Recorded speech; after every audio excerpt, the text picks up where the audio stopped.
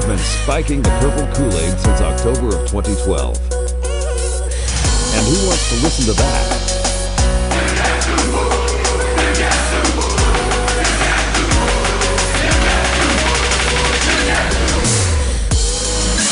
It's the EMAWdio podcast. And now, here are your hosts, Grant Thome and Doug Rocheleau. Welcome into another episode of the EMAWdio podcast. I am your host, Grant Thome, GTCat on Wabash Station.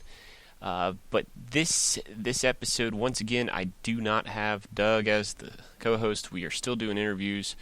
And my next guest, this is sort of, this much like Black Friday kicks off the holiday shopping season, this time of year gets extra busy for my next guest, who is a college football writer for footballscoop.com, as well as College Football Talk, part of NBCsports.com.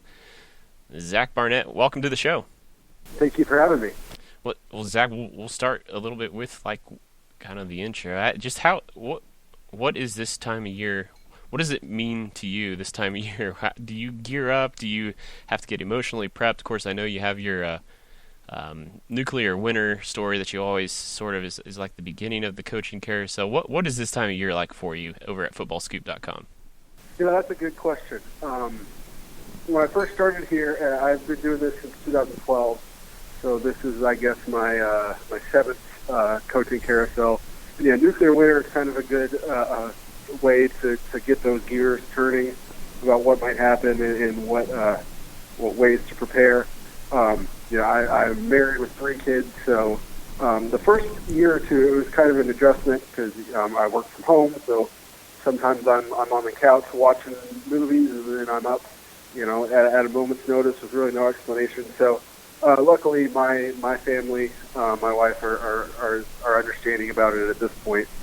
So it's a good explanation is on Halloween night we were about getting ready to go trick-or-treating, and then Maryland announced that DJ Durkin had been fired. So we had to hold off on that for half an hour while I dealt with that.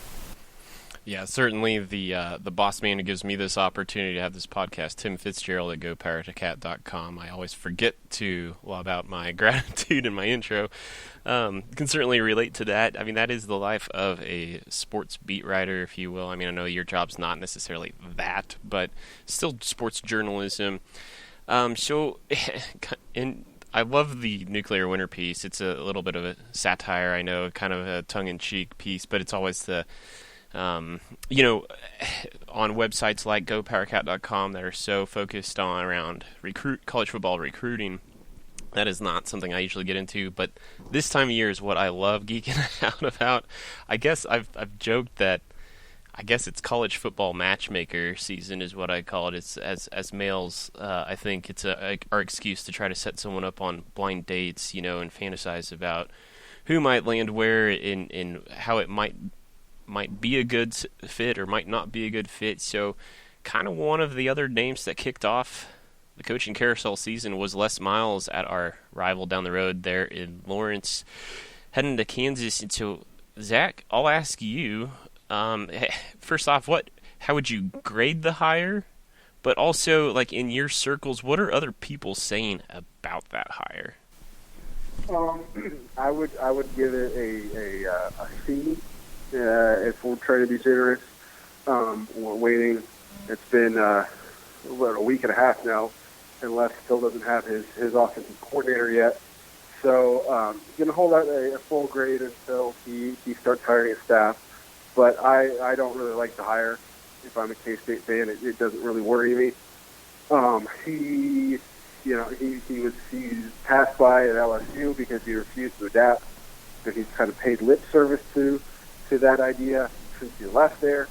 But I'm kind of afraid for Kansas' purpose that he's going to try to adapt in the wrong way and just I'll go get a spread guy. And if you're Kansas at this point, you're not going to outspread the ultimate air raid conference. So if I was them, I would have gone to a triple option, not just because it's a gimmick and it's fun, but I really do think you could hit the conference where it hurts at this point in a similar way that the air raid did 20 years ago, and used scheme to mask a talent gap. So it doesn't look like Kansas is going to do that. I think this is just kind of a buddy hire. Jeff Long tried to hire Les Miles in Arkansas back in 2013, and they ended up just getting Les an extension and a raise there. So I just think this is a comfort hire, and not one that really scares me if I'm a K-State fan. And so, if the people you talk to, are they kind of saying some of the same things? Yeah, I think there's whispers starting to go around at this point that he doesn't really have his staff together. I mean, Mac Brown, was introduced yesterday and just hired Tim Brewster today. So Mac's hitting the ground running, and Les hasn't really done that yet. Well, certainly some comforting news to Kansas State fans. I think I can speak on behalf of many to hear that. But, of course, the frustrating moment that we find ourselves in, as time seems like it's suspended itself, maybe K-State fans are on pins and needles. We record this Wednesday night, November 28th, so should something happen between now and when this podcast goes up, K-State fans, unfortunately, a little bit of a limbo with the coaching situation. Haven't heard one way or the other what Bill Snyder has decided for the future of himself as well as the program. But I think then I'd like to turn the focus of the podcast a little bit to the Texas Tech coaching situation, because I think there's a lot of parallels you can draw between the Kansas State situation and the Texas Tech situation. I think the hot boards probably wind up looking very similar at the end of the day. But Zach, I think before we kind of dig deeper into the Texas Tech situation, I'm just kind of curious because I know you're far enough of an outside perspective. You're in the Big 12 footprint, but not necessarily have ties too close to any one particular Big 12 program. Since you get to look at it from kind of an unbiased third-person point of view, which job do you think is actually better between Kansas State and Texas Tech? If these jobs were open at the same time, who do you think draws more appeal? I really do think it's K-State at this point. I think that you tried to draw parallels between K-State and Texas Tech. Seth Luttrell has been mentioned for both, but just based on conversations I've had with people, I think if you were to place both offers in front of him, I think you would pick the K-State job. And part of that is geography playing to K-State's advantage, because he's from Muskogee, Oklahoma, so it's closer to home at K-State than it is at Tech. But obviously, he worked at Tech in the past. I'm not going to come out and say who, but I do know of one sitting Power 5 head coach that I do think would be highly interested in a K-State job should it come open. And we're not really hearing that type of talk for the Tech job. Well, that's gives me excuse then to skip forward to what was slated as question 4 for you, which is the Seth Luttrell question. Which, first off, on Wabash Station, the premier message board for GoPowerCat.com, I did share your article you wrote 2 years ago when North Texas hired Seth Luttrell. Fantastic article, by the way. And so, since I know you are very close to that North Texas situation, what do you think it is about Seth Luttrell that makes him attractive to Power 5 schools outside of the obvious reasons, the wins and loss column, having posted now 2 back-to-back 9-win seasons? What maybe is the next thing that makes Seth Luttrell the most appealing candidate for some of these schools? I think the fact that he's gone out and done it. We're seeing, we touched on this with Les Miles and Mac Brown. We're seeing so many schools opt for guys that are proven to be the less risky ones, while some hot coordinators maybe haven't gotten opportunities that they might have gotten 3 or 4 years ago. So the fact that he's come out and done it, proved himself at North Texas, he's made North Texas cool, which to think that North Texas could be cool, however cool it was, it would have been unthinkable at the time he got there. I mean, North Texas went 1-11 and lost 66-7 at home to an FCS team on homecoming. the year before he got there. So that's where the program was at that point. And now, they went 9-3 this year and underachieved. They really, they'll tell you they really should be 12-0 at this point. I think, he immediately improved when he got there, going from 1 win to 5, and then wasn't satisfied. He made some staff changes, which I think showed maturity for a young head coach to do. And then those staff changes paid off well because he changed the defensive coordinator, changed the special teams coordinator, and both of those positions are now strengths of the team here in year 3. So, and then he's shown vision. Their social media game is well above where it was before. It's one of the best in Conference USA. So I think he's more than just a guy that can call air raid plays and look cool. I think he's a well-rounded head coach at this point. And Zach, just for full posterity, I think I remember the story right, but I don't want to get it wrong. For the listeners, can you tell us exactly your ties to the North Texas program? Yeah, I do have. My dad went to North Texas. My mom went to North Texas. So just about everyone in my family, except for me, went to North Texas or has some sort of relationship there. I worked there briefly out of college, and then my dad does North Texas radio play-by-play for them right now. So I am closer to that program than I am just about any other hobby, for obvious reasons. Okay, yeah, I think I would have got that about 80% right. So I'm glad I asked instead of trying to throw some false stuff out there. But one of the other popular names that shows up on, well, a lot of people's lists somewhat, Texas Tech and Kansas State's for sure, is Brent Venables. In Zach, this character is, for obvious reasons, very appealing to Kansas State, being a former player, much like Kirby Hocutt, who they were teammates. So there's obvious ties for Brent Venables to look appealing to both fan bases. However, his name, and for as many, he has followed the pattern or the path, the trajectory, whatever you want to say, of should become a head coach someday. But for whatever reason, after all these years between both his Oklahoma stint and now at Clemson, his name's been floated a ton of times, but in my recollection, really as close as he ever got to being considered halfway serious for any job, I think he got, you can correct me if I'm wrong, but I think he got an interview actually at Arkansas last year, but I think that's about it, and we're talking about a success background of, since almost 20 years now. So I guess I would be curious to ask you, knowing how dialed in you are to the coaching search, coaching carousel, this is what you do. What do you know, if anything, about Brent Venables that would point to, is he really ever going to pursue a head coaching gig? I mean, we all saw those comments that he had at the press conference this week. So is Brent Venables really a viable candidate for anybody? So much of this stuff is about timing and fit, and I think what he said publicly kind of says it all at this point. Is that he made a promise to his son Jake, who's a freshman linebacker for Clemson, sold him on a dream, and doesn't want to turn around and leave and make himself look like a hypocrite. Now, would that, that's not exactly him, signing his name in blood to it. But I do think that it's, obviously Brent's not a guy that's going to job hop. Anybody knows that he's had 2 jobs in however many years it's been at this point.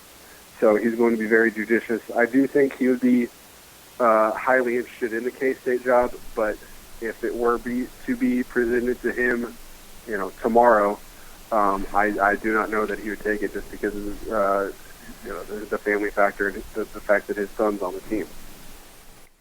Yeah, and if we want to talk about a third job, before Oklahoma, he was linebackers coach at Kansas State, took over the defense after Jim Leavitt left, and a lot of Kansas State fans were reminded this morning, thanks to one David Ubben, about 1998 and the tragedy that was in the TWA Dome that I was at. Brent Venables had announced Coach Bob Stoops had plucked a lot of that staff prior to that game, and that was public knowledge, and a lot of K-State fans, right, wrong, or indifferent, like to think that that was a distraction in game prep heading up to that game. But nonetheless, like I said, he took the place of Jim Leavitt, and that seems to be another popular name. Once again, we're trying to draw parallels here to an actual coaching search at Texas Tech and a prospective coaching search at Kansas State. Jim Leavitt. So, obviously there was that time frame of Mike Leach, Jim Leavitt, and Mark Mangino all kind of getting publicized for their harsh treatment of players for very different reasons. Do you think with Jim Leavitt that has, now that we're so far removed, about a decade now, that's really off the table in the eyes of a lot of these athletic directors? And then just kind of finish up with, where do you think the Texas Tech job search kind of sits at the current moment? I do think it's going to be a factor, just because something like that is going to follow you around for as long as you're in coaching. So I guess how big of a deal it is, I guess the mileage varies depending on who's the AD.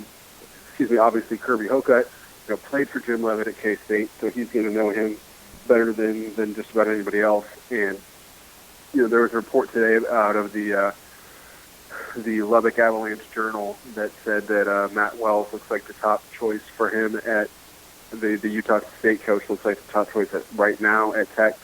I continue to hear that it's going to end up being Jim Leavitt. Will it be? I don't know. But if you were to force me to put money down on somebody right now, I think it would be Jim Leavitt. So if we're talking about a potential K-State search, opening up, by the time this podcast is released, I do think there's a possibility that he'd be off the table. Wow, that's hard news to hear, tough news to swallow. He's personally, for me, one of my top candidates. But Zach, I think that's kind of a tremendous note to end on. But before I let you go, I do kind of want to give you the opportunity to kind of tell us a little bit more about Football Scoop. Obviously, it's a great place to catch the tab at the top of the screen, The Scoop, for updates on the current status of the global picture of the college football coaching search, coaching carousel. But I also know you guys obviously do many other things besides just the coaching search. There's strength and conditioning and athletic directors and football operations stuff. You guys give out awards. Tell us a little bit more about Football Scoop and what it has to offer. Yeah, we I tell people that don't know anything about football or whatever, that it's kind of a trade publication in blog form, but it's really more than that. We give out Coach of the Year awards, and we track changes, everything from high school to DFOs to strength and conditioning coaches, and then we Doug and I, who do the articles, try and give you a reason to come back each and every day with entertaining, informative stuff. So people always ask, what do you do in the off season? And I always kind of chuckle that there is no off season in college football. There's always something going on, whether they're playing games or not. Well, guys, go to check out Zach's work on footballscoop.com, also College Football Talk, part of NBCSports.com. You can find him on Twitter at Zach_Barnett, and that is with 2 T's. That'll do it for this episode. Zach, thank you for your time. Okay, thank you for having me, Grant. I appreciate you reading and sharing my stuff. Yeah, well, it's my pleasure to have you on. This is only the second time I've interviewed you, but I've admired your work from afar for quite some time, and definitely this time of year, a trusted place to have on your quick links. So that'll do it for this episode, and until next time, peace out.